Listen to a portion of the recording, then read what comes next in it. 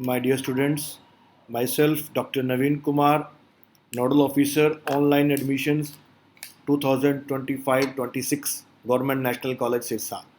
आज हम लोग बात करेंगे कि किस तरीके से आप अपनी रजिस्ट्रेशन अंडर ग्रेजुएट कोर्सेज़ के लिए गवर्नमेंट नेशनल कॉलेज सिरसा में DHE का जो पोर्टल है उस पोर्टल के माध्यम से किस तरह से आप अपनी रजिस्ट्रेशन कर सकते हैं। रजिस्ट्रेशन 19 मई 2025 से स्टार्ट हो चुकी हैं। ऑनलाइन एडमिशन्स होंगी, सेंट्रलाइज्ड एडमिशन्स होंगी यूजी कोर्सेज़ के लिए पूरे हरियाणा में। उसके लिए पोर्टल जो है admissions.hry.ac.in पर जाकर आप अपनी रजिस्ट्रेशन कर सकते हैं। उसके क्या स्टेप्स रहेंगे अभी हम बात करते हैं। इस पोर्टल पे आपने जाना है, यहाँ पर ये देखिए ऊपर मार्क किया हुआ है स्टूडेंट रजिस्ट्रेशन। सबसे पहले आपने यहाँ पर जाकर क्लिक करना है। जैसे ही आप इस पोर्टल पे जाने के बाद स्टूडेंट रजिस्ट्रेशन पे क्लिक करेंगे तो आपके सामने ये स्क्रीन आएगी स्टूडेंट रजिस्ट्रेशन के लिए, जिसमें सबसे पहले applicants full name as in qualifying examination non editable, यहाँ पर आप अपना नाम भरेंगे जो आपके क्वालिफाइंग एग्ज़ाम यानी कि 10+2 और मैट्रिक के अंदर दिया गया है। कोशिश करिए कि आपका वही नाम हो, वही स्पेलिंग हो जो आपके मैट्रिक में और 10+2 के डॉक्यूमेंट में दिए हुए हैं। देन योर फादर्स नेम, ये भी वही होना चाहिए जो आपके मैट्रिक के और 10+2 की DMC डॉक्यूमेंट्स में जो दिए हुए हैं, वही नाम के स्पेलिंग यहाँ पर नेम और फादर नेम में होने चाहिए। Then gender, male female as applicable, आप अपनी जेंडर का चुनाव करेंगे। Then email address and then mobile number. कोशिश करें कि ईमेल आईडी अपनी ही यूज़ करें और उसका पासवर्ड हमेशा याद रखें। ये ईमेल आईडी, मोबाइल नंबर जो है वो यूनिक होना चाहिए, यानी कि पहले से यूज़ हुआ नहीं होना चाहिए, ताकि जब भी आगे आप लॉगिन करें तो आप इस ईमेल आईडी या मोबाइल नंबर के ज़रिए आप लॉगिन कर पाएँ। तो यहाँ पर अपना आप ईमेल आईडी सही से लिखेंगे, स्पेलिंग चेक करेंगे कि कहीं ईमेल आईडी की स्पेलिंग में कुछ मिस्टेक तो नहीं है, और साथ में फिर अपना मोबाइल नंबर जो आपने भरा है उसको अच्छे से चेक करेंगे कि आपके मोबाइल नंबर के जो डिजिट्स हैं वो सही से इसमें भर दिए गए हैं। इस बात में ध्यान रखना है, the mobile number and email ID should be unique for every registration, क्योंकि इसी से ही बाद में आप लॉगिन कर पाएंगे। जैसे ही आप जनरेट OTP पे क्लिक करेंगे आपके मोबाइल नंबर पर एक OTP जाएगा और फिर आपके सामने जो स्क्रीन आएगी वो ये होगी। जो मोबाइल नंबर पे आपके OTP गया है वो OTP आपने यहाँ भरना है, एंटर OTP। उसके बाद आपने अपने लॉगिन के लिए एक पासवर्ड बनाना है। पासवर्ड बनाने के लिए स्कीम पासवर्ड की वही रहती है कि password must contain at least 8 characters, 1 digit होना चाहिए, यानी कि 0 से 9 के बीच में एक होना चाहिए अक्षर आपका, कम से कम एक अपर केस होना चाहिए, आपके कैपिटल लेटर होना चाहिए, 1 लोअर केस यानी कि एक स्मॉल लेटर होना चाहिए, और कम से कम एक जो है स्पेशल करैक्टर @ हैश एंड इस तरह का एक स्पेशल करैक्टर होना चाहिए। इस कम्बिनेशन से आप अपने पासवर्ड का चुनाव करेंगे और उस पासवर्ड को किसी के साथ शेयर नहीं करेंगे। जो पासवर्ड आपने ऊपर भरा वही पासवर्ड नीचे आप री एंटर्ड पासवर्ड में फिर भरेंगे, ताकि आपने जो पासवर्ड भरा है गलती से कुछ गलत टाइप ना कर गए हो। अगर ये दोनों मैच करेगा तभी वो आगे चलेगा, नहीं तो यहीं आपको एरर दिखा देगा। देन 100 रुपये आपकी रजिस्ट्रेशन फ़ीस है जो नॉन रिफंडेबल है। एक बार में चाहे आप कितने ही कॉलेजेस के लिए, कितने ही कोर्सेज़ के लिए अप्लाई कर रहे हैं, यहाँ पर आपकी रजिस्ट्रेशन फ़ीस जो है वो ₹100 ही रहनी है। इसके बाद आप यहाँ राइट हैंड साइड पे जो रजिस्टर का बटन है इस पर क्लिक करेंगे। इस पर क्लिक करने के बाद आप रजिस्टर्ड हो जाएंगे, आपकी रजिस्ट्रेशन हो जाएगी। वापस आप जो लॉगिन विंडो वाला पेज था उस पर आ जाएंगे। अब आपने राइट हैंड साइड पे देखिए यहाँ पर कॉलेज लॉगिन है और साथ में स्टूडेंट लॉगिन है। आपने यहाँ स्टूडेंट लॉगिन पे क्लिक करना है। स्टूडेंट लॉगिन पे क्लिक करने के बाद ये स्टूडेंट लॉगिन की विंडो आपके सामने आ जाएगी।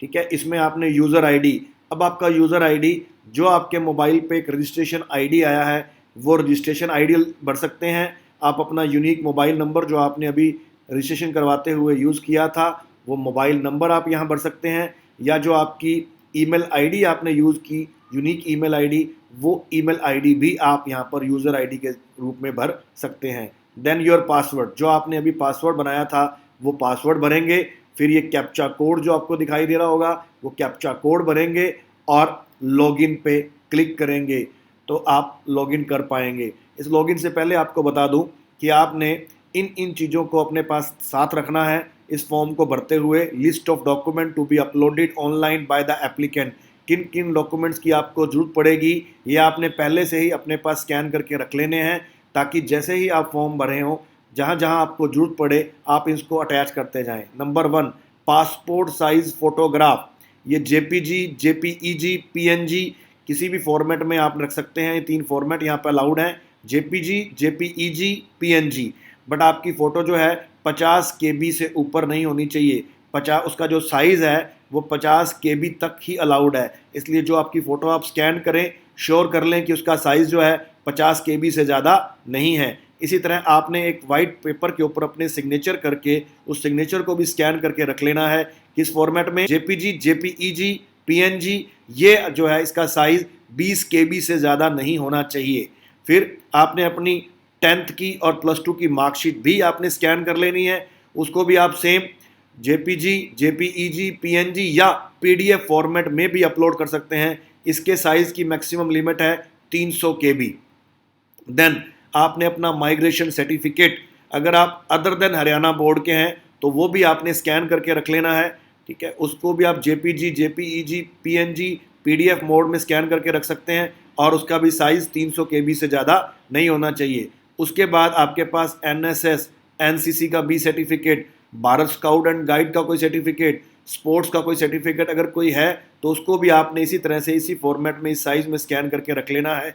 Then bona fide resident of Haryana, यानी कि हरियाणा डोमोसाइल, अगर आप हरियाणा रेजिडेंट की सीट की रिजर्वेशन लेना चाहते हैं तो आपके पास हरियाणा डोमोसाइल होना चाहिए, उसको भी आपने स्कैन करके 300 केबी तक की फाइल अपने पास रख लेनी है। देन अगर आप किसी कैटेगरी से बिलोंग करते हैं, रिजर्व कैटेगरी से, उस रिजर्वेशन का बेनिफिट आप लेना चाहते हैं तो आपने उसका भी सर्टिफिकेट जो है वो स्कैन करके अपने पास रख लेना है। इनकम सर्टिफिकेट, अगर आप ईडब्ल्यूएस कैटेगरी में अप्लाई करते हैं तो वहाँ पर आपको इनकम सर्टिफिकेट की ज़रूरत पड़ती है, ईडब्ल्यूएस सर्टिफिकेट की ज़रूरत पड़ती है, तो इनकम सर्टिफिकेट भी आपने स्कैन करके अपने पास रख लेना है 300 केबी तक की फाइल में।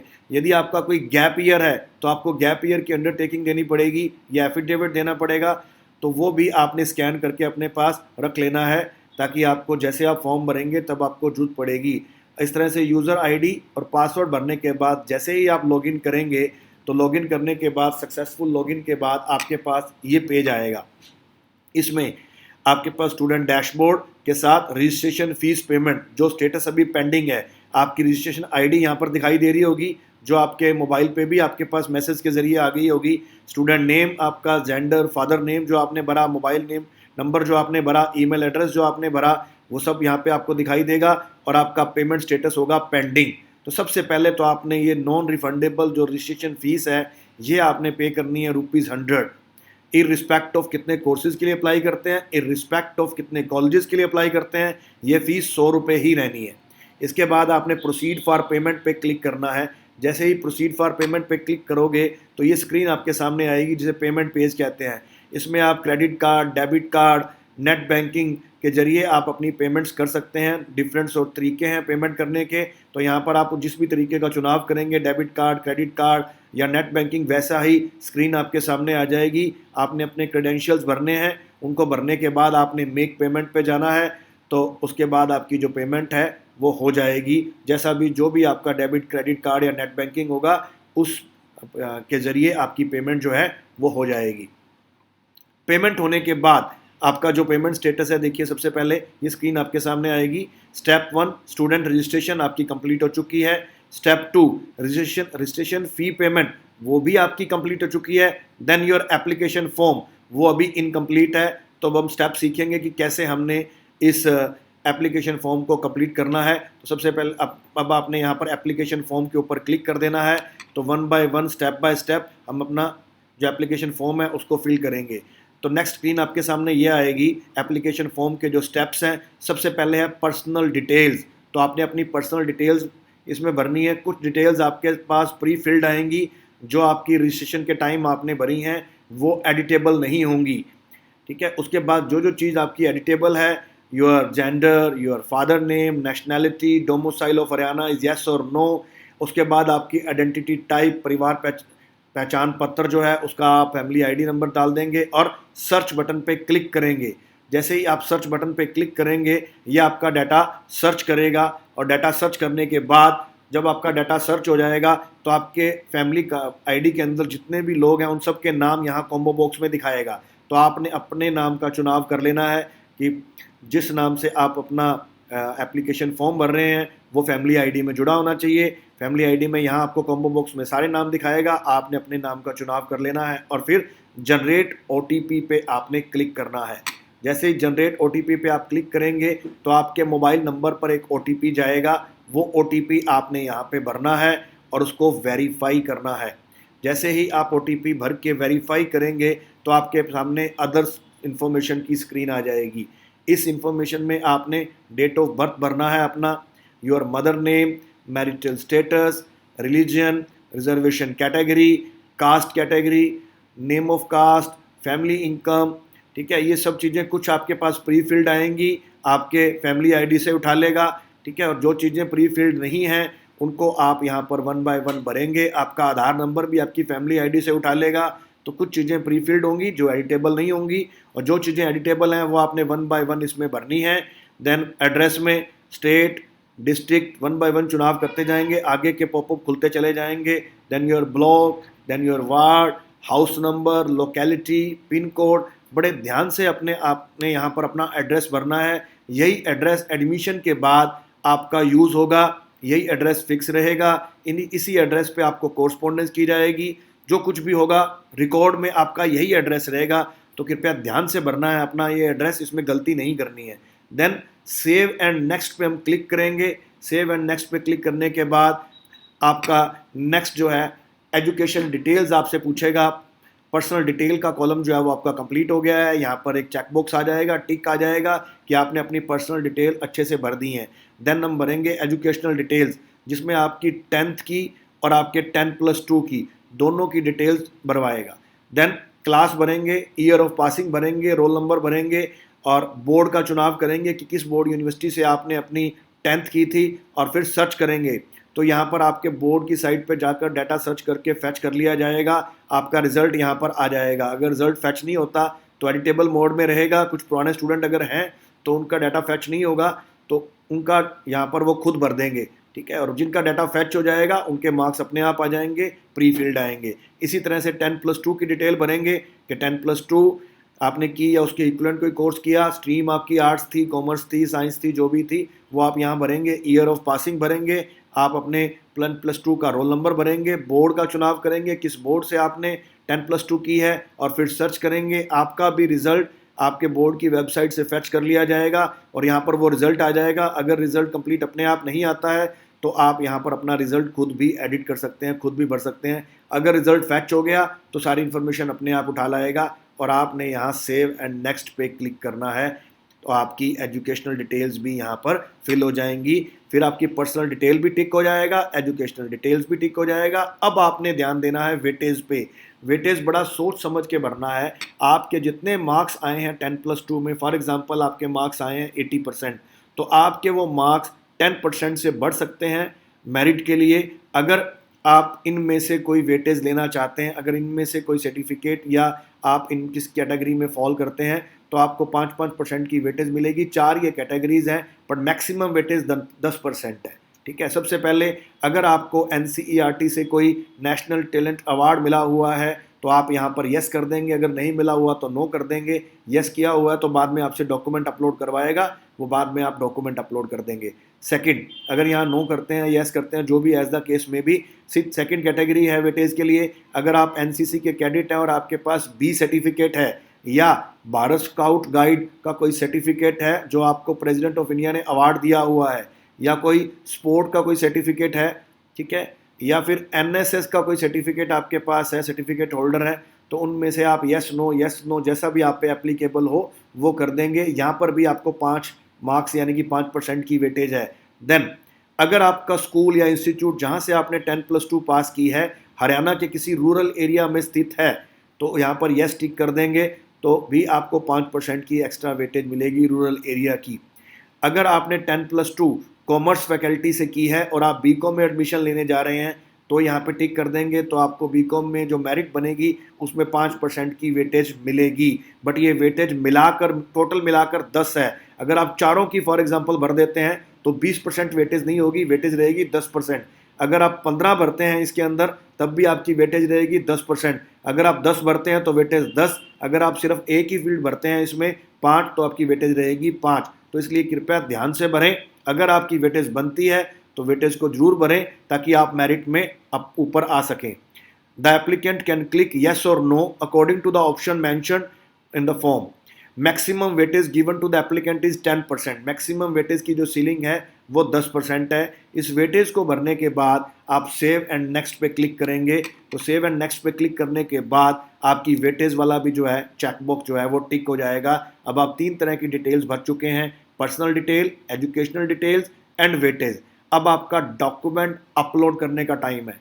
जो जो डॉक्यूमेंट्स यहाँ पर आपसे मांगेगा एक एक करके आपने वो डॉक्यूमेंट इसमें ब्राउज करके इसमें अपलोड करते जाने हैं। ठीक है, ये सारे के सारे डॉक्यूमेंट जिसमें आपकी फ़ोटो, जिसमें आपके सिग्नेचर, करेक्टर सर्टिफिकेट जो आपको स्कूल से मिला, डोमोसाइल, 10th की मार्कशीट या 10th का सर्टिफिकेट, देन इसी तरह से 10+2 का या डिप्लोमा का सर्टिफिकेट, कोई आपके पास एनसीसी का सर्टिफिकेट, एनएसएस का सर्टिफिकेट, इनकम सर्टिफिकेट, ठीक है, या रिजर्वेशन कैटेगरी का कोई सर्टिफिकेट, जैसा भी एप्लीकेबल होगा ये सारे सर्टिफिकेट आपको यहाँ से मांगेगा। उन सर्टिफिकेट्स को आपने भरते अपलोड करते जाना है। अपलोड करने के बाद आप सेव एंड नेक्स्ट पे क्लिक करेंगे।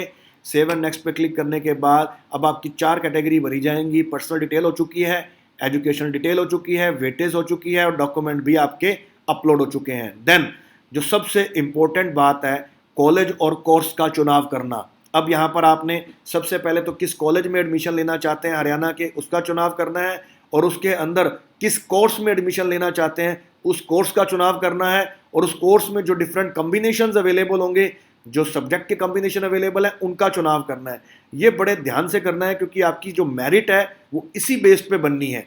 ठीक है, और जैसे फॉर एग्जांपल आपने यहाँ पहले कॉलेज डिस्ट्रिक्ट, किस डिस्ट्रिक्ट में आपका कॉलेज जिसमें आप एडमिशन लेना चाहते हैं उसका चुनाव करना है। फॉर एग्जांपल आपने सिरसा या कोई भी डिस्ट्रिक्ट जो भी चुनाव किया उस डिस्ट्रिक्ट के सारे कॉलेज यहाँ पर आ जाएंगे। फिर आपने कॉलेज का चुनाव करना है, उस कॉलेज में कितने कोर्स एप्लीकेबल हैं वो सारे यहाँ पे आ जाएंगे।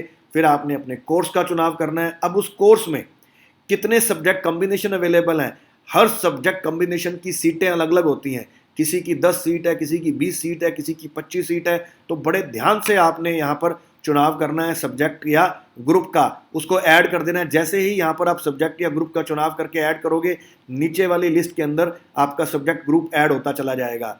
आप कितने ही सब्जेक्ट ग्रुप ऐड कर सकते हैं, कृपया एक ही सब्जेक्ट ग्रुप ऐड करके छोड़े मत। आप डिफरेंट ग्रुप्स को ऐड करें और अपनी प्रेफरेंस भरते जाएं कि आपको सबसे पहले कौन से सब्जेक्ट चाहिए, कौन सा कॉम्बिनेशन चाहिए। जो आपको सबसे ज़्यादा पसंद है उसको नंबर 1 पे रखें, फिर नंबर 2, नंबर 3। इस प्रेफरेंसेस को चेंज करने के लिए ये रीऑर्डर का कॉलम बना हुआ है। आप अपनी किसी भी प्रेफरेंस को ऊपर या नीचे कर सकते हैं इन बटनों के जरिए। तो ध्यान रखें किस प्रेफरेंस को आपने सबसे ऊपर रखना है, ये ध्यान रखना है। किस प्रेफरेंस को आपने नीचे करना है। आपको सबसे पहले आपकी पहली प्रेफरेंस दी जाएगी आपके मेरिट के अकॉर्डिंग। अगर उसकी सीटें पूरी हो जाती हैं तो आपकी सेकंड प्रेफरेंस पे जाएंगे, फिर आपकी थर्ड प्रेफरेंस पे जाएंगे, फिर आपकी फोर्थ प्रेफरेंस। आप कितनी ही प्रेफरेंसेस भर दीजिए, इस पे कोई लिमिट नहीं है। ये ध्यान रखना है, 1 या 2 प्रेफरेंस करके छोड़ नहीं देना है। हमारे पास बहुत से बच्चे आते हैं कि जी मेरी फर्स्ट लिस्ट में मेरे नंबर तो 80% थे, 85% थे, 90% थे, मेरा मेरिट में नाम क्यों नहीं आया। हम देखते हैं कि उसने एक ही प्रेफरेंस भरी थी, उस प्रेफरेंस की सीटें मान लो 10 थी, 15 थी, 5 थी, और उससे ऊपर इतने मेरिट वाले बच्चे आ गए तो उनका नाम आ गया, तो आपका नाम नहीं आएगा। ठीक है, अगर आप दूसरी या तीसरी प्रेफरेंस भरेंगे तभी आपका नाम दूसरी तीसरी प्रेफरेंस तक पहुंचेगा। नहीं तो हो सकता है कि आपके कम मार्क्स वाले बच्चे ने ज़्यादा प्रेफरेंसेस भरी हो और आपने 1 या 2 प्रेफरेंसेस के बाद छोड़ दिया हो, तो जो आपसे कम नंबर वाला है उसको सेकंड, थर्ड, फोर्थ प्रेफरेंस पे जाकर कोई ना कोई सीट मिल जाएगी, और आपने अपनी पूरी प्रेफरेंसेस भरी नहीं तो आपको सीट नहीं मिलेगी। तो ऐसे बहुत सी प्रॉब्लम हमारे सामने आती हैं, तो कृपया इस बात का ध्यान रखिएगा।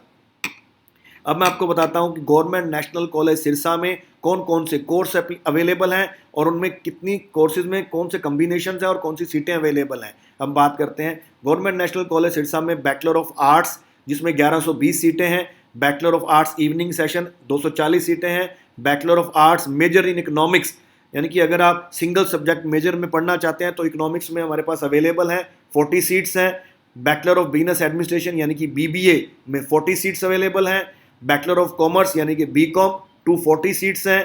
Bachelor of science in life sciences, जिसे पहले BSc मेडिकल कहा जाता था, आजकल उसे BSc लाइफ साइंसेज कहते हैं, उसमें 160 सीटें अवेलेबल हैं। जिसे पहले नॉन मेडिकल कहा करते थे, BSc नॉन मेडिकल, उसका अब NEP में नया नाम bachelor of science physical sciences है, जिसमें 320 सीटें अवेलेबल हैं हमारे पास। इसमें अब कॉम्बिनेशन कौन कौन से अवेलेबल है वो भी बता देता हूँ। बैचलर ऑफ आर्ट्स में जैसे हमारे पास पहला कॉम्बिनेशन अवेलेबल है इंग्लिश इकोनॉमिक्स ज्योग्राफी, उसकी 24 सीटें हैं। हिंदी इकोनॉमिक्स ज्योग्राफी भी 24 सीटें हैं। इंग्लिश इकोनॉमिक्स फिजिकल एजुकेशन में 10 सीटें, हिंदी इकोनॉमिक्स फिजिकल एजुकेशन में भी 10 सीटें, इंग्लिश इकोनॉमिक्स हिस्ट्री में 8 सीटें। इस तरह हमारे पास 74 कॉम्बिनेशंस अवेलेबल हैं। तो कृपया जो जो कॉम्बिनेशन, जो जो सब्जेक्ट चॉइसेस आपको अच्छी लगती हैं उनको आप जरूर ऐड करें अपने फाइल के अंदर, अपने एप्लीकेशन फॉर्म के अंदर, और अपनी प्रेफरेंसेस दे दें कि पहले आपका कौन सा कॉम्बिनेशन चाहते हो। अगर उसमें नहीं मिलती तो आपकी सेकंड प्रेफरेंस क्या है, थर्ड प्रेफरेंस क्या है, फोर्थ, आप काफ़ी प्रेफरेंसेस भरिए ताकि आपको फर्स्ट जो हमारी मेरिट लिस्ट है उसमें ही कहीं ना कहीं कोई ना कोई सीट जरूर मिल जाए।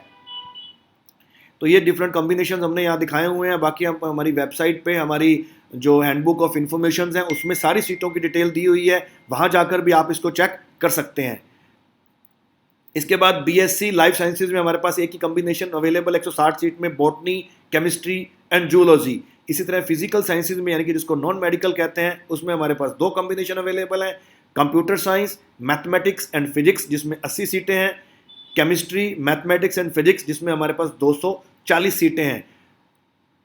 इसके बाद आपने अपना जब कोर्स और कॉलेज का चुनाव कर लिया, अपना कॉम्बिनेशन का चुनाव कर लिया, बड़े ध्यान से कर लिया, अच्छे से उसको देख लिया, तो फिर हम लास्ट स्टेप पे जाएंगे, रिव्यू एंड फाइनल सबमिट। अब आपने जो कुछ भी भरा है वो सारा आपको दिखाई देगा, ठीक है। तो आपने एक एक इन्फॉर्मेशन को पढ़ना है, बड़े ध्यान से पढ़ना है, इस पे पूरा टाइम लगाना है आपने, ठीक है। आपका नाम, फादर नेम सब चेक करना है, क्योंकि अगर एडमिशन हो जाता है आपका, होपफुली होगा आपका एडमिशन, मेरी बेस्ट विशेस आपके साथ। एडमिशन होने के बाद यही नाम, यही फादर नेम जो है वो आपकी मार्कशीट्स पे आएगा। तो प्लीज़ इसे बड़े ध्यान से देख लें, इसमें किसी तरह की कोई स्पेलिंग मिस्टेक या गलती नहीं होनी चाहिए। ये सारी इन्फॉर्मेशन जो आपने भरी, आपने 1 बाय 1 इसको पढ़ना है, ठीक है। और जो भी आपकी 10th की, +2 की क्वालिफिकेशन की डिटेल है वो भी पढ़नी है। जो वेटेज के बारे में आपने येस नो चुनाव किया उसको भी ध्यान से पढ़ना है कि क्या आपने अपनी पूरी वेटेज, जो आपकी वेटेज बनती है उसका चुनाव कर लिया है या नहीं किया है, ठीक है। उसके बाद जो भी आपकी चॉइसेस थी, इस तरह से सारी चॉइसेस, इसमें हमने 3 चॉइसेस भर के दिखाई हैं। आप एक ही कॉलेज के डिफरेंट कोर्सेज के लिए अप्लाई कर सकते हैं, अलग अलग कॉलेजेस के में डिफरेंट कोर्सेज के लिए अप्लाई कर सकते हैं, एक ही कोर्स में डिफरेंट ऑप्शंस के लिए अप्लाई कर सकते हैं, कॉम्बिनेशंस के लिए अप्लाई कर सकते हैं। लिस्ट कितनी ही लंबी हो सकती है। तो इस 100 रुपये अगर आपने लगाए हैं तो मैक्सिमम कॉम्बिनेशन जो आप चाहते हैं वो सब इसमें भरिए। 1-2 कॉम्बिनेशन भर के इसको मत छोड़िए, कंप्लीट करिए, इसको अच्छे से भरिए ताकि आपको एडमिशन कहीं ना कहीं जरूर मिल जाए। इसके बाद आपने डिक्लेरेशन पे टिक करना है एंड देन फाइनल सबमिट का बटन दबाना है। फाइनल सबमिट का बटन दबाने के बाद आपका फॉर्म है वो सबमिट हो जाएगा और वो वेरिफिकेशन के लिए चला जाएगा और आपकी ऑनलाइन वेरिफिकेशन होगी। आपके डॉक्यूमेंट्स को चेक किया जाएगा, आपकी वेटेज को चेक किया जाएगा, आपकी एलिजिबिलिटी को चेक किया जाएगा और अगर कोई उसमें ऑब्जेक्शन रेज होगी, कोई डिस्क्रिपेंसी पाई जाती है तो ऑब्जेक्शन रेज होगी। तो आपने इस यूज़र आईडी पासवर्ड को ध्यान में रखना है, इसको खोल के देखते रहना है। वैसे मैसेज या मेल भी आपके पास आएगी, बट फिर भी कोई बार नेटवर्क इशू हो जाता है, मेल शूट नहीं हो पाती है, मैसेज शूट नहीं हो पाता है क्योंकि लाखों एप्लीकेशंस होती हैं। तो आपने अपनी इस यूज़र आईडी पासवर्ड को खोल के देखता रहना है कि कहीं कोई डिस्क्रिपेंसी तो नहीं आ गई है।